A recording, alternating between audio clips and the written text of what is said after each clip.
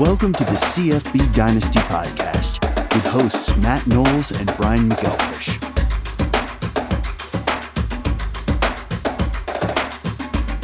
Hey everybody, welcome back to the CFB Dynasty Podcast. We're talking all things college fantasy football. My name is Matt Knowles. He over here, over that side, that's BMAC Brian McElfish. How you doing today, Brian? Yo, I'm doing great. Just here in the Searchalytics office and super stoked to be a day away from people coming over from the home league, getting ready to watch some great games tomorrow night. So you guys might be wondering, why was there no podcast last week? We diligently tried to make it happen, but last week, BMAC was out there on vacation. He was out there fishing. Were you in Key West? Key Colony, it's about an hour north of Key West. I hadn't been to the Keys in a long time. It was more of a business trip and just kind of doing some planning and things like that for the new year for Searchalytics. But it was fun. A little bit of seasickness, but other than that, it was a lot of fun. Caught a bunch of mahi. Did you catch a lot of mahi? So you guys eating fish all week? Yes. All week. Good. Well, we did the trip to GeekCon last week. Was it last week? Man, I don't even know anymore. 2 weeks ago. 2 weeks ago, yeah. Why we didn't have a podcast last week? We did the GeekCon festival in Shreveport, Louisiana. Myself and a lot of the guys from Scout Comics actually drove up from Florida, which in theory sounded like a good idea, but it was 16 hours up, 18 hours back. And if you guys know anything about the generational flooding that was happening in the Dallas and Shreveport area, it was crazy. My partner at Insymmetry Creations, I just see in my name, it says #TeamInSym. Steph Cannon flew in from California. She was supposed to leave a day early. She ended up having 4 flights get canceled because of the weather.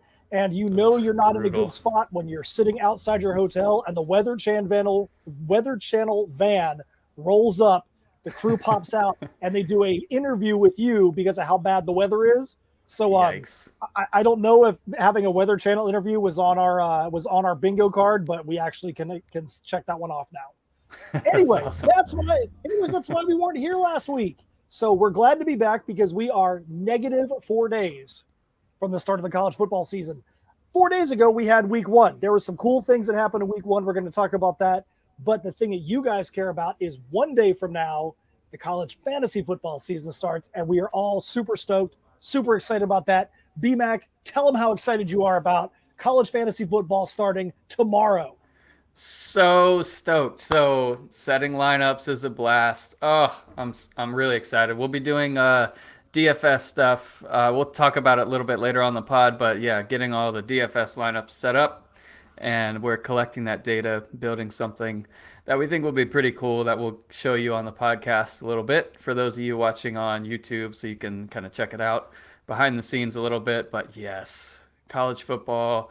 Be taking my 5-year-old up to the swamp on Saturday for Utah, the 2.5-point favorite against the Gators, and just so stoked to be watching Thursday night, Friday night, all day Saturday, and then live Saturday night, then Sunday night and Monday night. Can't wait. How you feeling about your boys, the Gators, against Utah? That's a pretty big matchup for them week 1. It's a big matchup, and Utah is someone that, I've followed. Obviously, being in fantasy football, you follow all these teams. There's someone you respect as a program where they are good year in and year out. It's one of those like fantasy defenses that kind of surprises how good it is, how often they were in the top 10. And it's cool to see like what Kyle Whittingham has done and built as they jumped into the Pac-12. And now they're like the premier team. I think they're tied with USC for odds to make the playoff or odds to win the conference or something like that. So Utah is so good. O-line, D-line. Great running backs. They got a returning quarterback on the rise, no pun intended, and Cameron Rising. Right. And so it's going to be a tough matchup. One of the things that I don't know, because I haven't like traveled out there to Utah, I plan on doing that next year, is what's the difference going to be like? Who has the better advantage in terms of weather-wise? Is it the Florida humidity, which if you haven't been in the South, don't even think it's nothing, because it's definitely something. And then out in Utah with the elevation change and all that, like I really don't, I haven't experienced that. I haven't really done any mountain climbing or anything, so it's going to be interesting to see how the players handle that. But I think that's going to be more on the offenses and how they produce. Like if Utah or Florida, if one of them is able to kind of dictate the running game and control the clock and really have a big advantage on the number of plays that they run offensively, I think the other team, whoever that is going to be the one, cramping late in the fourth quarter. And that's a really good point that you bring up. When we were out there in Shreveport, we were walking from our hotel over to a restaurant for dinner. It was 5 o'clock, 6 o'clock at night. The sun was out. And walking over to the restaurant, I was turning around to one of the guys, and I was like, I'm not sweating at all. I don't even understand this. This doesn't make any sense to me. I'm like, my body doesn't know how to react to being able to walk outside from the hotel 4 blocks away to a restaurant, and there was not a drip of sweat on me. In Florida, you think about walking outside and you're drenched. Yep. So that's a really good point about, will the guys from Utah be able to handle the ridiculous, horrible, disgusting, absolutely insane humidity that happens in this area at this time of year? Yeah, and the swamp used to actually be some sort of swamp grounds. It's like below the level of normal land around there. It's that's how it got its name. But anyways, it'll be fun. The energy will be insane. And then there's it kind of sucks that another really big live game, Ohio State Notre Dame, is happening at the same time. So I'll be coming home late, and then I'll watch that game. So what time is your game on Saturday? 7 o'clock. Man, they could have had that thing earlier. You really could have taken advantage of that humidity. That's how they used to do it with Spurrier. He would always have those teams come from, out of the South and have it at noon. My boys, NC State, get to play cross-state rival ECU at noon on Saturday. There's so many people that's basically like the fashionable pick to pick the upset, saying ECU is going to get that game. And it's a good rivalry, good history, but I really hope my boys can pull it off. NC State has got a known history of disappointment when it comes to being ranked high and everybody talking high about them. They've got the number 1 ranked linebacker in college football in Drake Thomas, which is insane, part of the number 1 linebacking crew in the country. And they've also got the preseason ACC Player of the Year in Devin Leary on offense. So let's hope that they can live up to these expectations. Because as an NC State fan, we all want to do it for Pinhead, my late brother. Come on now, do it for Pinhead, NC State. We need you. Absolutely.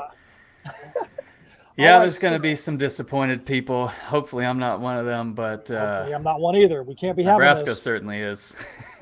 Oh, Nebraska. That's right. That brings us to our first section we want to talk about. We're going to talk about what we loved and what we didn't in week 0. So you know what? Because you went Nebraska first, we're going to go and we're going to start with what we didn't like in week 0. Why don't you talk about Nebraska real quick?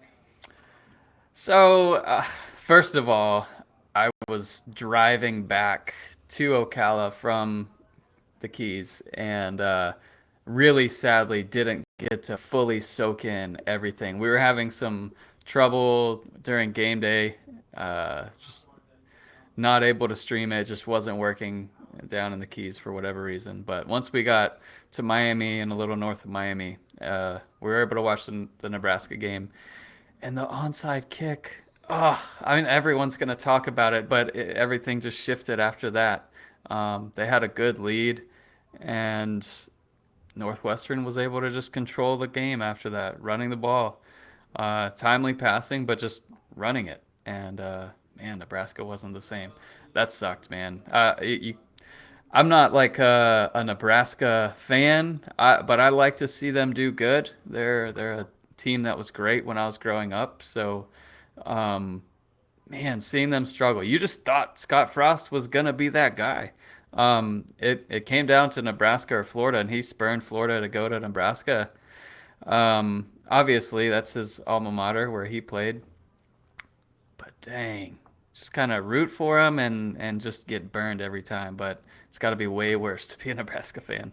Yeah, he has probably got the hottest seat in college football right now. I mean, if he performs like that, I can't see him lasting through the end of the season. I mean, it's not the pros where you fire a coach mid-season, but I really can't see him lasting past this season if he continues to perform the way he has. No, and if you're looking for a date, his buyout goes down in October. So, well, I can tell you the thing that I didn't like about week 0 in college week 1 in just college football overall was the ACC's performance. Granted, I'm an NC State fan, so you're not going to hear me saying a whole lot of good stuff about Florida State or North Carolina. They just happen to be the two guys that were playing. I'm going to be objective, but I feel like it took both of those schools far too long to put away inferior opponents. Both of those games, you had Florida State and Duquesne, you had UNC and Florida A&M. You're talking about schools that are completely inferior to these ACC powerhouses. Florida A&M goes into the game. They find out they've got, 26 or 27 ineligible players. They weren't even sure if they were going to play the game. And they went into the game with something like 37 players dressed against a Power 5 team. That's the kind of game that should have been like 80-0. And it took until partway through the second half for either Florida State or North Carolina to really put those games away. So that's not a good sign. Maybe it's the kind of thing where, hey, they were just kind of getting their feet wet, just getting used to things, and they're going to turn it on. But if you're a fan of one of those two schools, from a college football perspective, can't really be too happy about those performances. But that also brings us into the other side of this coin. Now we're going to talk about what we loved about week 0. And I know that BMAC is going to go right back to one of those games that we just talked about and talk about a couple of the players he really liked out of that UNC game. Yeah, so one of the all-time good names, Storm Duck for North Carolina, got a pick. That's awesome. Really not that relevant for fantasy and what we're talking about on this pod, but a Marion Hampton for North Carolina. You kind of wanted to see who was going to get after Bertan Brown goes down for the season, who's going to be that guy at running back. And it looks like it's going to be one of the true freshmen, a Marion Hampton. So bigger back, looked really good. Petaway got in there with 4 touches, or 4 carries, I should say. But Elijah Green got 8 carries, but Hampton led the way with 14 carries, 101 yards, 2 touchdowns. And if that's something that continues, he's going to be a great waiver wire pickup for any kind of league. One of the things that I really liked the way that Vanderbilt came out. Nobody expects Vanderbilt to do anything. Vanderbilt is a bottom feeder in not only in regular college football, but you normally don't see a lot of guys from Vanderbilt that are going to be popping in fantasy football either. But when you go out there and you drop 63 points in a game and you're Vanderbilt, eyes are going to be turned towards them to see if they have anybody that's going to have some continued fantasy relevance. We'll come back to that continued fantasy relevance here in just a sec. But the other guy that I really liked in week 1, the guy who had the first touchdown in college football this year, Malachi Corley from Western Kentucky. I drafted him early in all my leagues, and I was really glad to see that he came out and had 3 TDs in week 0. I was also really upset to see that he had 3 TDs in week 0 because I want those scores when it actually counts for me. But I was glad to see that all the preseason hype on him, he showed that he's actually a baller and he's ready to make it happen. Heck yeah.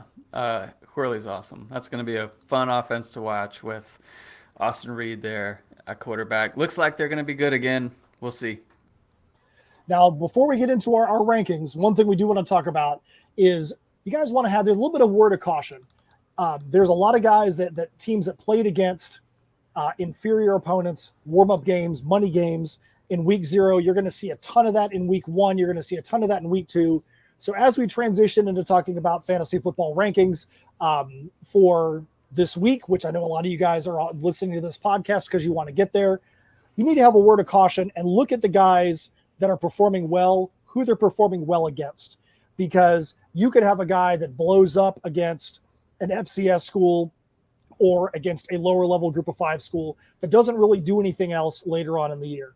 Why is that going to be? They might rest their starters. Their starters might play for only a quarter, and you might have a backup that's going to play for 3 or 4 quarters in a game. And, that might not be indicative of the kind of playing time he's going to have or the kind of performance. So always take a look at who those opponents are early on and make sure that if you're going to go invest in a guy, that you're not investing in a guy that went out against Duquesne and blew it up or Austin Peay and blew it up. make sure that you're investing in a guy that has an ability to continue that kind of performance as the season goes on. BMAC, before we got on the podcast, you brought up a really good point about the way that we operate in our home league and the CFB Dynasty League. I'll let you talk about that and our limited pickups that we have and why that's super important when it comes to guys like this. Yeah, so for most leagues that I've been a part of kind of around the industry, you get unlimited pickups and waiver wire pickups, and that's great. So you can take a guy like a Marion Hampton now, and it doesn't really hurt you, especially if you have a big roster. But one of the biggest things to make fantasy competitive and fun, and really I honestly think it's why our league, Matt, has lasted, we're in year 15 now. It's because it doesn't really allow for just those guys that hunt the waiver wire to totally dominate. So limiting the number of waiver wire pickups you're allowed to make during the season, which ours is pretty extreme at 3. But you also only get 3 cuts during the off season. So limiting that kind of stuff is a good way to make you kind of wait. You kind of got to take people with lower risk, and how you get lower risk is you get more data. So you might want to wait 2 or 3 weeks and really see that, okay, Marion Hampton is going to be that guy at North Carolina. But that's really a good way to kind of set up the league, and just not let, it devalues the draft so much if you just have, unlimited waiver wire pickups. And if you're somebody that's coming over and let's say you're a newbie and you're watching this podcast, listening to this podcast, and you're used to playing pro fantasy football, you're never going to have guys on the waiver wire that are going to go for 500 yards and 7 touchdowns on a weekend as a quarterback. But you're going to have that happen on a regular basis in college fantasy. So if we had unlimited waiver wire pickups, everybody would have a 500-yard, 6-touchdown quarterback every single week. And it's not about how you drafted, like BMAX said. It's not about how you construct your roster. It's about who can go out there and just poach from the top of the waiver wire each week. So it really makes it where if you have a bad draft, and I had a bad draft a couple of years ago, you're really having to work, whether it's trades, which hasn't been me on the trading side for the last couple of years, but you're having to work your in-season picks, which are as more valuable, we think, than a first-round pick in the draft. Because with only being 3, that means in a 12-team league, you're only picking up 36 guys across the league all year. And there are far more than 36 guys that are performing at a high level. So if you don't get one of those guys, I can tell you right now, one of the guys that I picked that absolutely killed me a couple years ago was Keziah Holmes for Penn State. He just transferred to Florida State. I dropped him in the offseason. If he goes to Florida State and he goes off, I'm going to be super mad because I let him go because Keziah Holmes did nothing. And I wasted a waiver wire pickup on him. So that's one of my 3 pickups in the year went to a guy that did nothing. And I could have had a quarterback. I've also picked up Devontae Adams, Devontae Smith. Those guys both came as waiver wire pickups in season with one of those 3 picks. We've had some huge guys like that in our league get picked up. So I agree with the thought that if you have limited pickups in a college league, it's really going to make people have to think and really value the draft, trades, and in-season pickups pretty much equally. Yeah, other ways to kind of balance your league out like that is to have, double the owners that you would have in an NFL league. So maybe you have 24 or 30 owners, and that kind of spreads the talent out, or you just really limit the roster size. But some of these leagues where you have massive roster capability and unlimited pickups, but yeah, it's not as great. But let's get into news and notes, and then we can get into rankings. Let's do it. Absolutely, let's do it. News and notes. All right, so I'm going to start a little bit off the radar from college football news and notes. This is a streaming service. YouTube TV has announced they'll be adding this, let's see, what do they call it? Mosaic is what it's called. Have you heard of this, Matt? I have not. Well, tell me about it. So Mosaic is going to be basically where you can do multiple screens, up to I think 4 at a time on one TV. So that's going to be similar to PlayStation View, which I had specifically.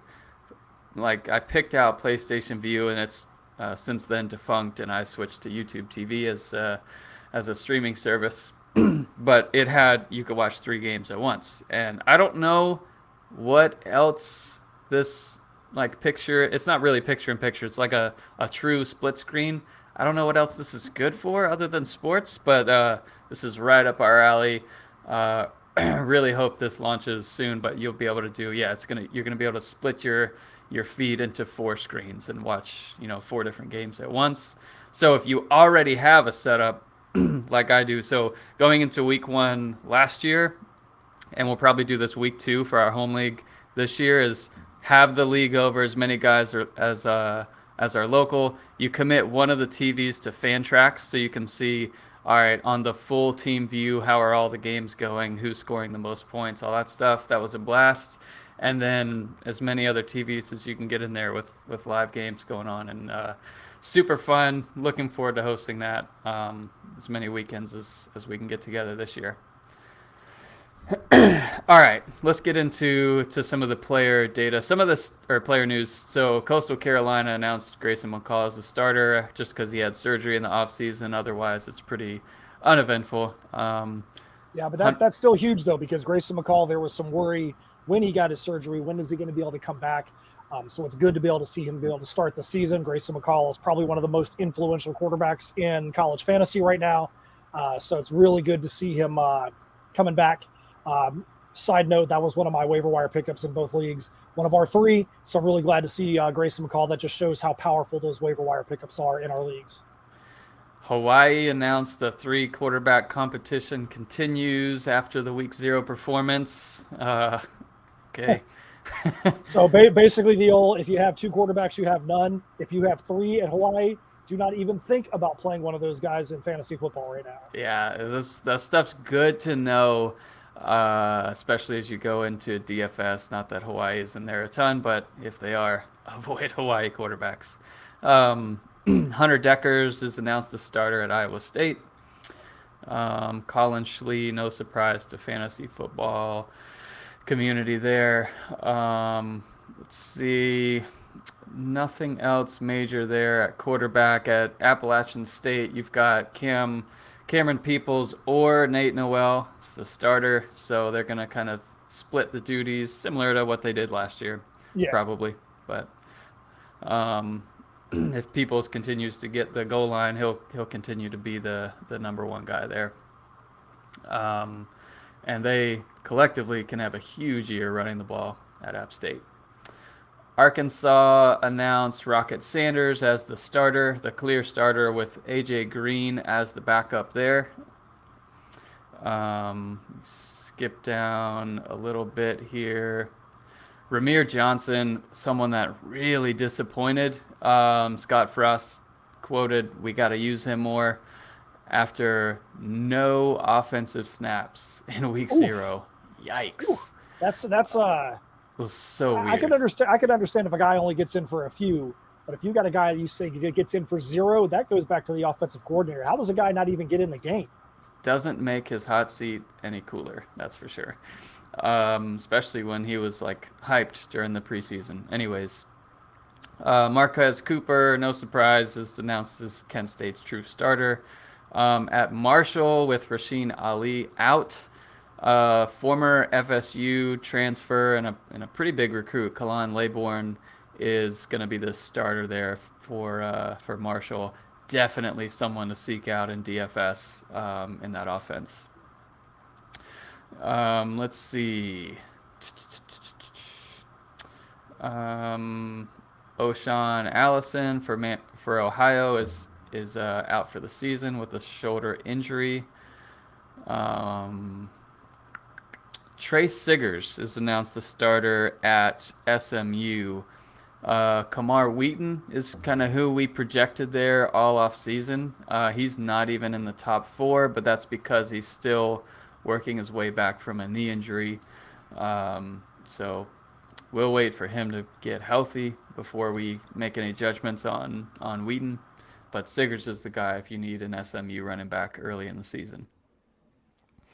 At receiver, no surprise for Arkansas, listed depth chart starters, Warren Thompson, Jaden Hazelwood, Matt Landers.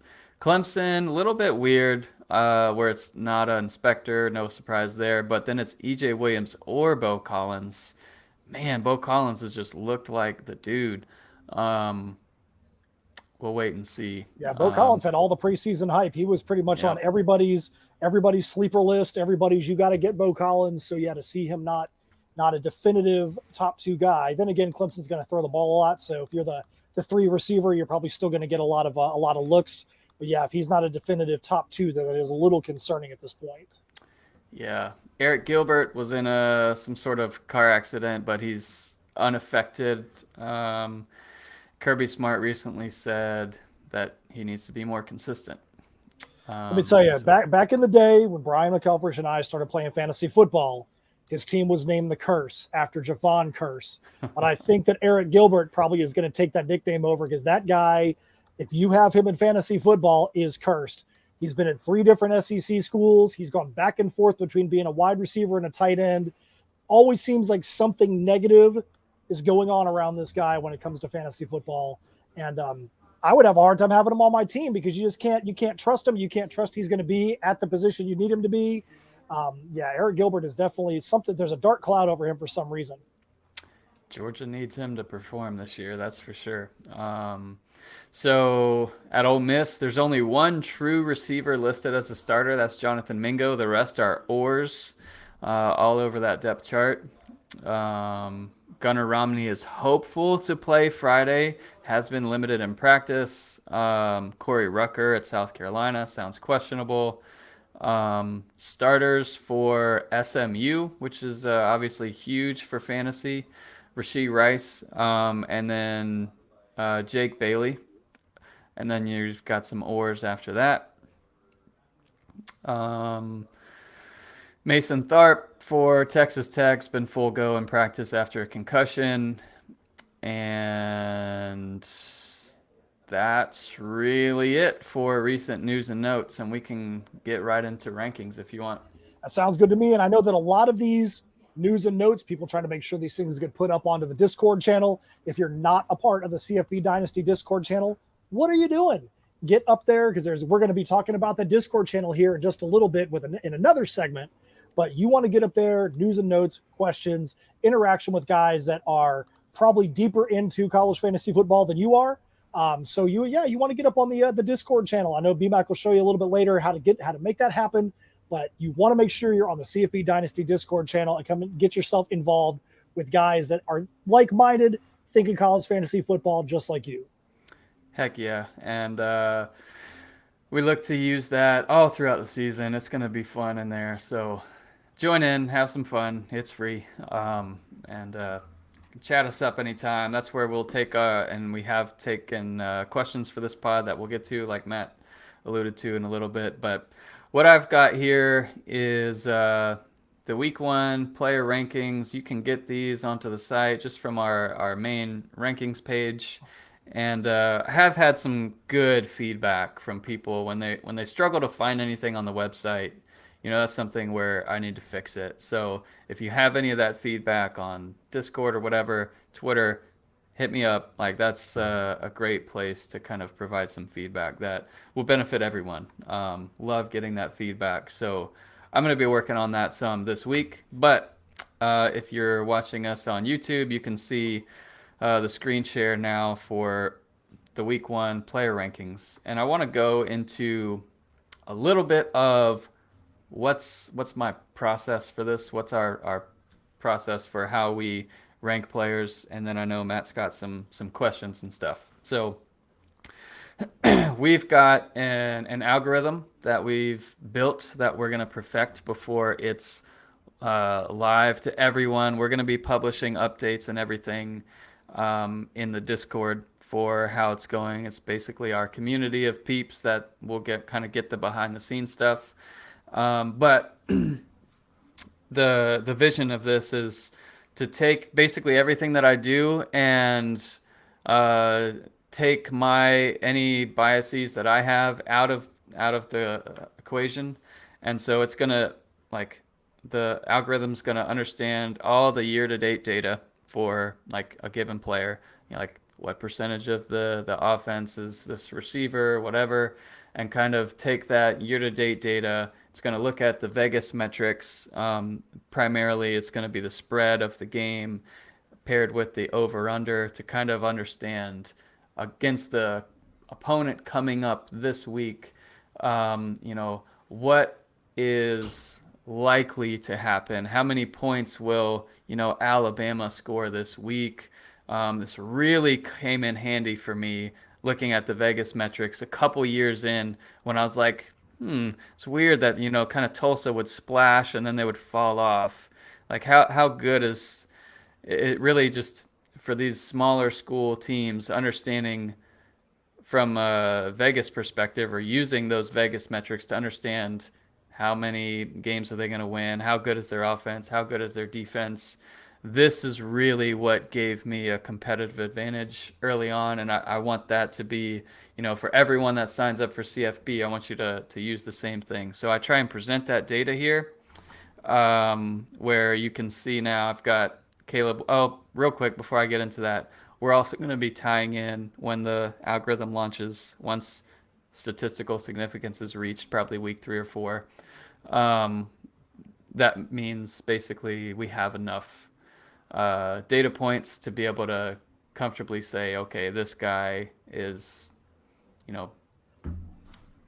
X percentage of the offense, blah, blah, blah. It's also going to tie in a weather API where, if it's going to be a downpour in the swamp this weekend, just for example,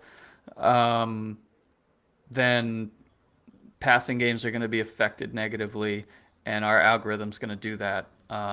Maybe running games are affected positively, blah, blah, blah. That's all going to be taken into effect by the algorithm once that launches. But for now, it's all manual. This is my process where I take all the player data, year-to-date stats, all that stuff, and I present it here. We'll have trends, so I like to include the previous 3 weeks because that's kind of where you'll see, okay, this player's really taking off. He's starting to get to consistently trend higher than his, fantasy points per game year to date. That kind of stuff is great data to pick up on trends and know kind of who to trade for, who to get rid of, and who to pick up on the waiver wire, and then ultimately who do you start in your lineups. And one real quick point as Brian continues, if you're somebody who's like, oh man, let me go up to the cfbdynasty.com website so I can check this out. What you're looking at right now is only available if you are signed up and registered through the site. If you go up there as a non-member, everything that's at the bottom of the screen that's blacked out is not going to be available to you. Right. So it behooves you to get your butt up there right now, because getting college fantasy football information is not as easy as you think. It's not like the pros. So if you want to have that competitive advantage, get your butt up there, sign up for cfbdynasty.com so you can have access to this. So each column will have obviously QB1. So we've got Caleb Williams as our, top start for this week. Just list his team there, his year, so that you can kind of, like, if you're scouting out freshmen, you can use the filter here to find just freshmen, kind of thing. But we don't have the full, 130 or, preseason, like 200 or 300 quarterbacks that we had ranked. They're not all here. We just do the top 40 quarterbacks, top 50 running backs, 50 receivers, 25 tight ends. So you'll see the opponent, what time they're playing, and typically you just see lines right now for fantasy points and fantasy points per game.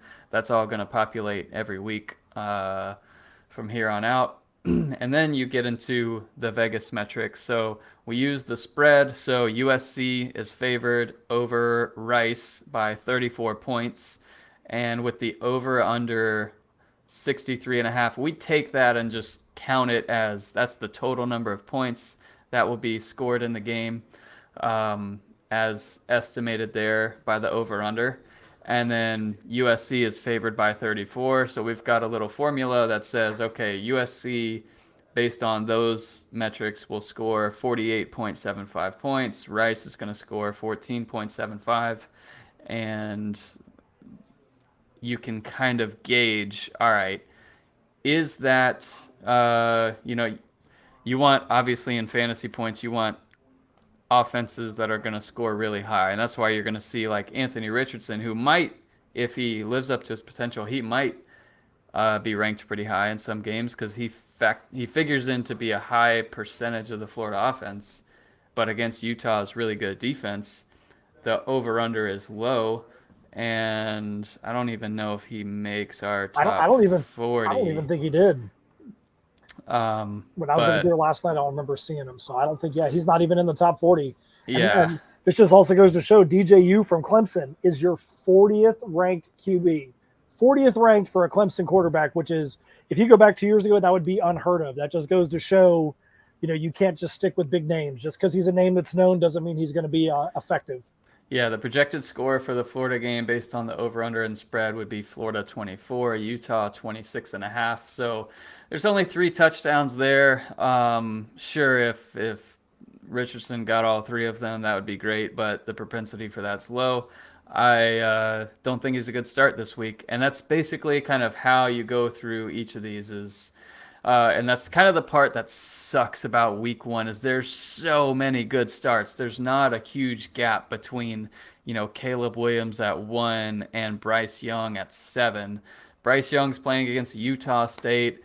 Will he play past the third quarter? Probably not.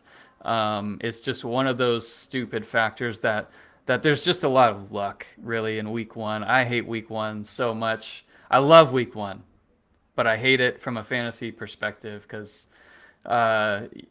you don't get the true data there. You've got so many mismatches that it's kind of hard. If you have a guy that plays a half, you just kind of hope he gets his touchdowns. Well, and the other thing too that we didn't talk about, which is something that probably we could have talked about in the news and notes, but it really is problematic in college fantasy football. Is in the pros you have to give your injury reports, you have to give depth charts, starting lineups. And in college, you've got knuckleheads that are like, we're just not going to tell you who our quarterback is going to be and they've even said, there was even one guy this week, it's going to be to a competitive advantage for us to not tell you who our starting quarterback is. And college quarterbacks use that as a way to gain game plan advantage. And that really hurts people like us, where you could have a guy that doesn't even play in week 1, that wasn't on an injury report, that could be in this rankings list, but the coach just decides, I'm going to hold him out this week, and he was on no list at all. So that also causes a problem. The algorithm can only do the best that it can based on the data that's there. It can't go and project that a coach is going to not play a guy just because. There's no algorithm for that.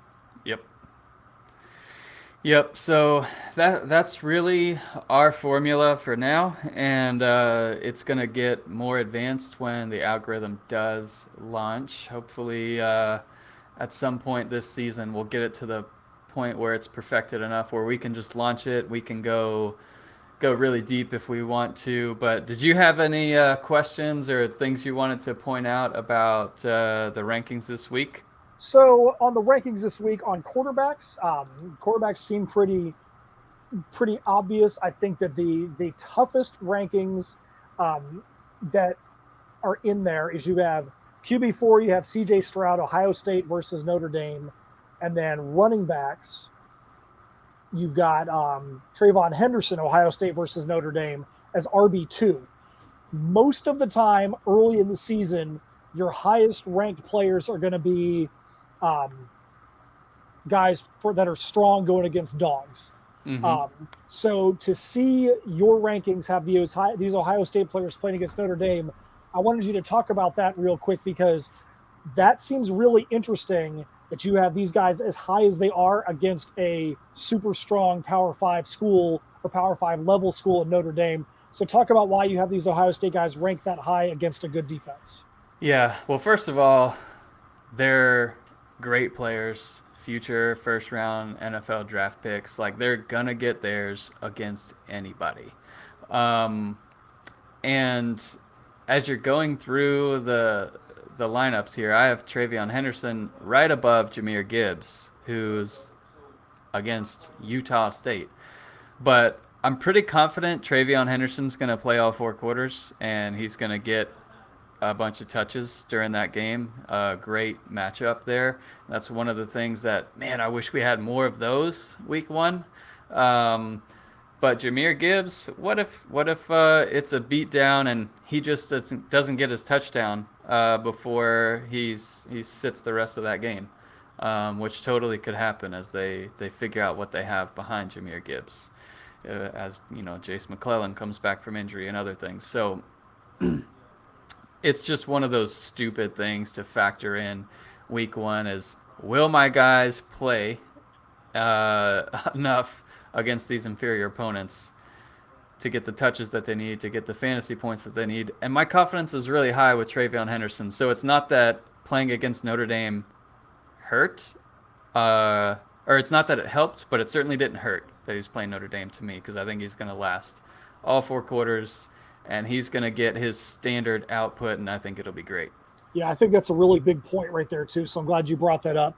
When you got guys like Ohio State playing against Notre Dame, you're probably not going to be seeing the bench guys getting in the 4th quarter. It's going to be the full lineup. College football has no preseason. So right underneath them, or before, you have Jordan Mims from Fresno State.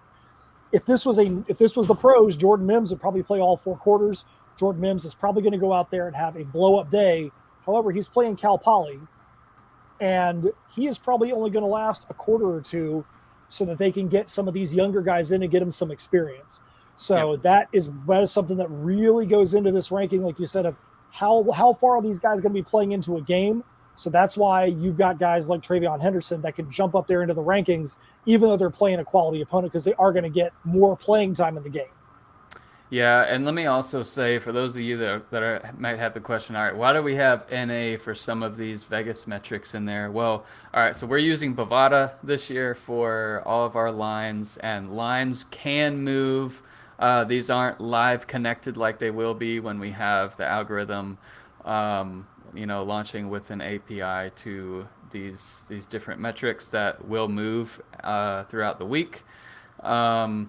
So I put this together ASAP, typically start building this out on Sunday morning. So as soon as the lines are out, I'm on it and kind of filling out the spreadsheet. And then once all the data's in there, then I can start moving people around for week 2 rankings. That's what I'll be doing. Well, typically I'd be doing it this Sunday, but we'll still have a couple games left. So this week might be, or will be, an anomaly. But Vegas doesn't put lines on all the games, especially some of these that are like huge mismatches. But some of these, like this Kansas State, oh no, that's San Diego. That's going to be a beatdown too. But some of these, might eventually have a line, and I could miss it. You can always, if you see one on Bovada, you can always reach out on the Discord and let me know, and I can update things. And I'll typically check throughout the week, but that's why. Like, not all of these games have lines that are, able to be gambled on. So for those of you guys that are listening, or those of you guys that can't see the screen, BMAC, I think we should probably just go down, give them the top 5 guys at each position, so that way they know what the rankings are. So we'll start with quarterbacks. Why don't you just list off the top 5 guys there? We don't even have to really talk through them, just so they know the names if they got them on the list. Give them your top 5 guys at quarterback, and then I'll do running backs, and we'll go from there. Yeah, so we've got Caleb Williams for USC at number 1. Their opponent's Rice on Saturday night. The spread is 34, so the projected score 48.75 to 14.75 in favor of USC. We've got Tennessee's Hendon Hooker at number 2 this week against Ball State Thursday night, 7 o'clock. So we'll be watching that one tomorrow night. The projected team points for Tennessee is 50.75 to 17 for Ball State. And then we've got Will Rogers at QB3 for Mississippi State. They're playing against a tougher opponent, Memphis, so that should be a battle into the 4th quarter with 35 to 21-ish points scored there. And then C.J. Stroud for Ohio State playing against Notre Dame. It's a 17-point favorite for Ohio State right now. basically 38-21 is the projected final score there. And then I've got DTR, Dorian Thompson-Robinson for UCLA at QB5 against Bowling Green with a 24-point spread there in favor of UCLA. So 41-17-ish is the final score there. All right, going down to running backs. CFB Dynasty has got Bijan Robinson as the number one, as RB1. They're playing against UL Monroe Saturday night. Over-under is it's a 38.5 spread, and the over-under 66.5, which means it's projected to be about a 52-14 game. That's probably going to be a lot of it on the shoulders of Bijan Robinson. RB2, Trayvon Henderson, Ohio State versus Notre Dame Saturday night. 58 points is the over-under. So again, you're looking at how much time is he going to be on the field, probably going to be all the way through the end of the game. So you're probably going to get a lot of points out of Trayvon Henderson. RB3 is Jamir Gibbs, going to be in his first game with Alabama after transferring over, playing against Utah State. So Jamir Gibbs could be the boom player this week in his first game in the playing there for Alabama. Jordan Mims for Fresno State, taking over for Ronnie Rivers. Jordan Mims actually was able to put up tons of stats with Ronnie Rivers still on the team. Now he gets to be the single guy at Fresno State playing against Cal Poly tomorrow night at 10:30. So Jordan Mims is probably going to blow it up, but he's also probably going to blow it up until the end of the first half, and then he's going to be sitting on the bench. And last but not least, RB5 Deuce Vaughn for Kansas State playing against San Diego. Not San Diego State, but San Diego. Right. So that's a key. that is probably going to be a complete beatdown. How long will he be in the game? Not even a point spread out there for that game right now on the CFB Dynasty site. So yeah, that's one of those. Can he get his points early? Because if there's a bunch of passing touchdowns early, that could mess him up in fantasy because he may not even be in the game past the second quarter. Yep, for sure. And wide receiver 1 this week, Jackson Smith and Jigba for Ohio State. No surprise. We've gone over that game a few times now. So let's skip over to wide receiver 2, Jordan Addison for USC, last year's Blitnikoff winner. We've gone over that spread. Should be a beatdown for USC over Rice. Another one that we've gone over, Cedric Tillman, wide receiver 3 for Tennessee. As they play ball tomorrow night. And then we've got Xavier Worthy for Texas. Quinn Ewers is up there. He's in our top 10 quarterback starts for this week. But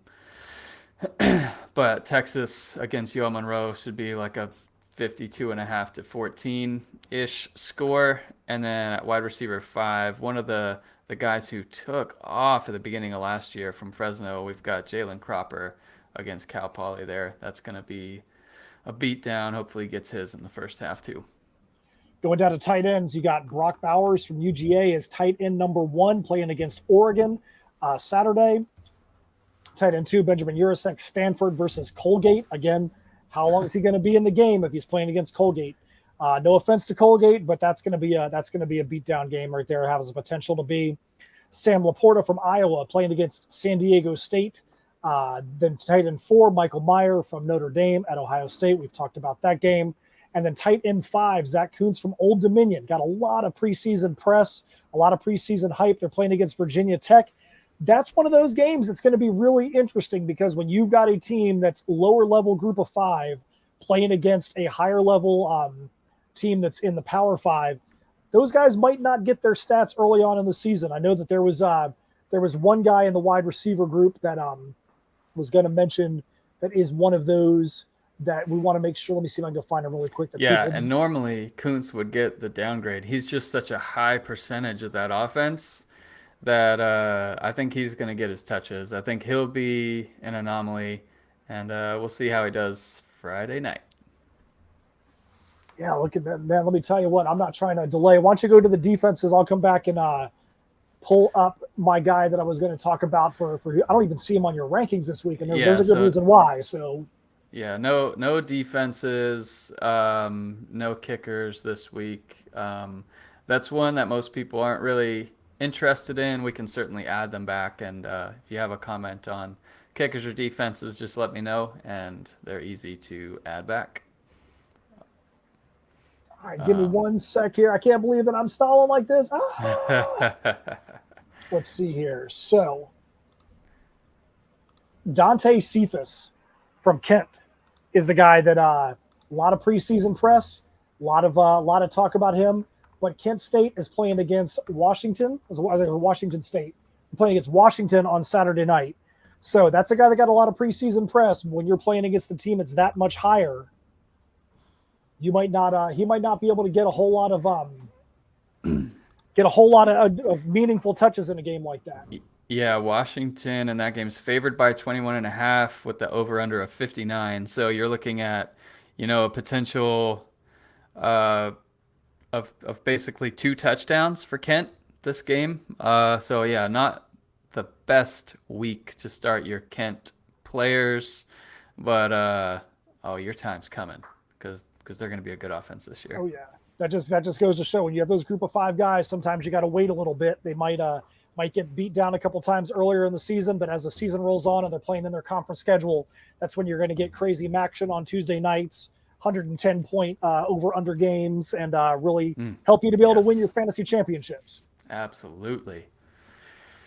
All right. So, B-Mac, do you want to get quickly to the DFS rankings right now? Is that something we're going to do real quick? Sure. Yes, that's a good idea. Let me throw that back up on the screen for those of you watching. So this is kind of a behind-the-scenes look at some of the spreadsheets that power this stuff, not all of these things that you'll see live. But I did some formulas to kind of pull in the DraftKings number. So you'll see here, let me blow this up on the screen a bit. So you'll see the DraftKings number here in column N and the FanDuel number in column O, so that you can kind of see, all right, here's our rankings, but then if you're playing in DFS, here's what their value is. So this is like a more statistical way to kind of spot some players that might be undervalued. Yes, we're going to pick them out in an article and have that available to you, and we have to send it off to the Sporting News by tomorrow. So hopefully DraftKings and FanDuel will have all their player values out by then, but we kind of have to wait for that before we do the full article. So this is going to be a new statistical representation where you'll be able to see the point spread right next to the DraftKings and FanDuel values. And this is so key for being able to pick out that, that $3,000 value player. You want them to come from a potential boom scenario. Like in this case, you'll be able to see the projected points for every team, for every player, and we'll try and expand this out for DFS so that you can get a long list of players. They might not all be ranked in order of fantasy projections, but you'll be able to see their values. You'll be able to use this tool, use this data to find some of those boom players or potential boom players or sleepers, if you want to call them that, that are available, that are down there. So, there's some that are kind of surprising going into this week, but our article will talk about that, and we'll go over all of these potential sleepers and some players to avoid, some like low price long shots and different stuff like that. So that'll come out here in probably about a day. Cool. All right, we're getting near the end of the podcast. We still have a bunch of things to cover. So in a little bit, we're going to talk about how we feel in our matchups in our home league, how we feel in that situation. But first, we are going to go to a brand new segment that you guys are going to come to know and love. It's going to be B-Mac's Brisket Lock. We want to talk to B-Mac. Every week he gets to pick a guy. It's not going to be a guy that's going to be at the top of the list, but it could be a guy that he is so confident the guy's going to perform. He would bet his plate of brisket on this guy's performance. B-Mac, who is the guy for week 1 that you bet a plate of brisket on to have a great performance? Give me Chase Brown for Illinois at Indiana this week on the road. The confidence that you have when you start one of those Wisconsin running backs for college fantasy, the guys that are the guaranteed starter. It's just a lock. Well, that's how I feel about Chase Brown, and week 0, didn't disappoint.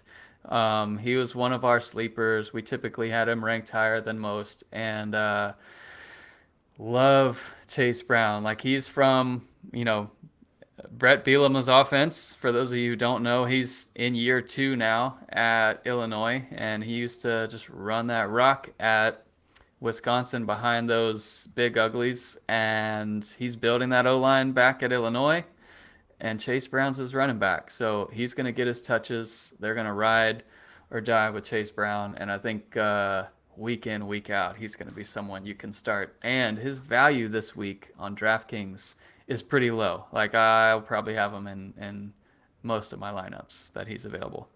All right, so that is BMAC's brisket lock, Chase Brown from Illinois. You guys can tell us in Discord what you think about that. If he disappoints, I want you guys to make sure you give BMAC all kinds of heck about that. Tell him the address to send these plates of brisket to. We'll see if he actually does it. But that's BMAC's brisket lock for week 1. So before we get to questions from Discord, we've told you guys that we want to answer your questions, and there's a bunch of them out there. Real quick, BMAC, how are you feeling in the CFB Dynasty Home League, your matchup for week 1? You are playing against Josh Speed Reed. San Diego State is his team. How are you feeling about that matchup this week? Yes, let me pull that up, and we'll break that down really quick before we get to the questions. So I kind of have to go through and reset my lineups. I like to do that after I launch rankings because I've got all that data that I had fresh in my head. But we've got Chevin Cordero against Bryce Young. I've got Bryce Young. I like that matchup, but it's one of those that, how long are the players going to play kind of thing. And at running back, same thing. So he's got Tyon Evans from Louisville, Blake Corum, and at flex, Chris Smith. And I've got Zach Evans from Ole Miss, Chase Brown, and Will Shipley. So, oh man, I think at receiver is where I'll have a good advantage with Rashee Rice, Xavier Worthy, and Keyshawn Boutte against Stefan Cobbs, Marvin Harrison, and Jalen McMillan. But if I had to put a point spread on this one, I would say my team by 28. I think I would probably take that because I feel like you've got the advantage in this game. I look at your roster and it makes me sick because that's a really dang good roster. I think it's going to be a good game for you. It all depends on how long these guys are going to be in the game for.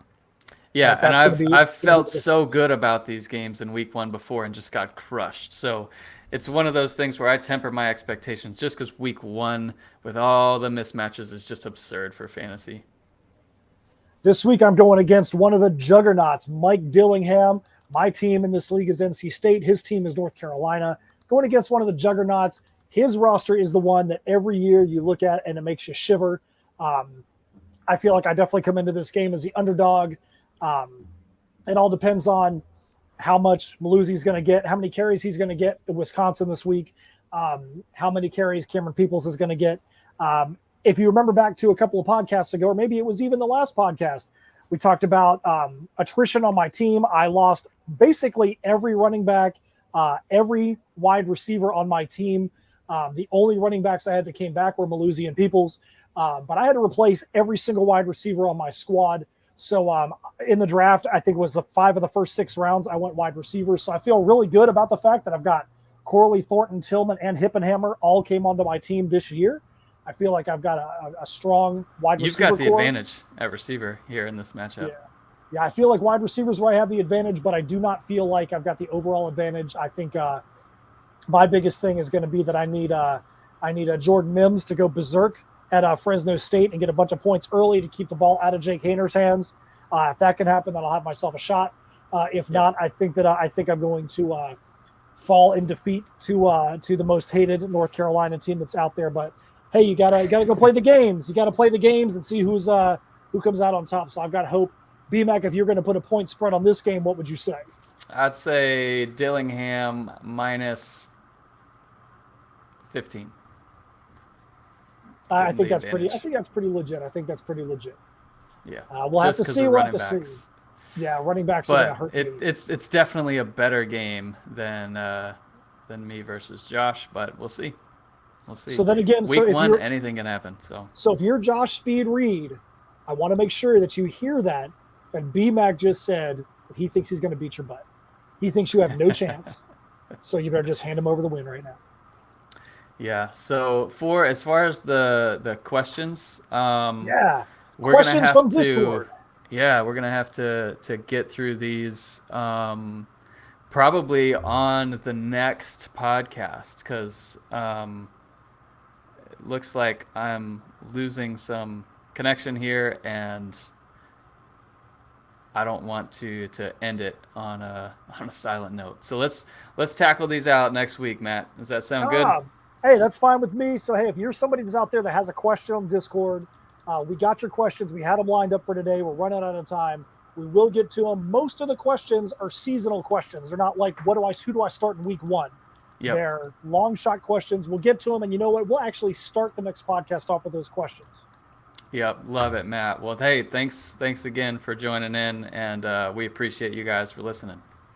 Absolutely. See you guys later. My name is Matt Knowles. That's Brian McKelfresh. This is the CFB Dynasty Podcast. See you on next week after we have week one.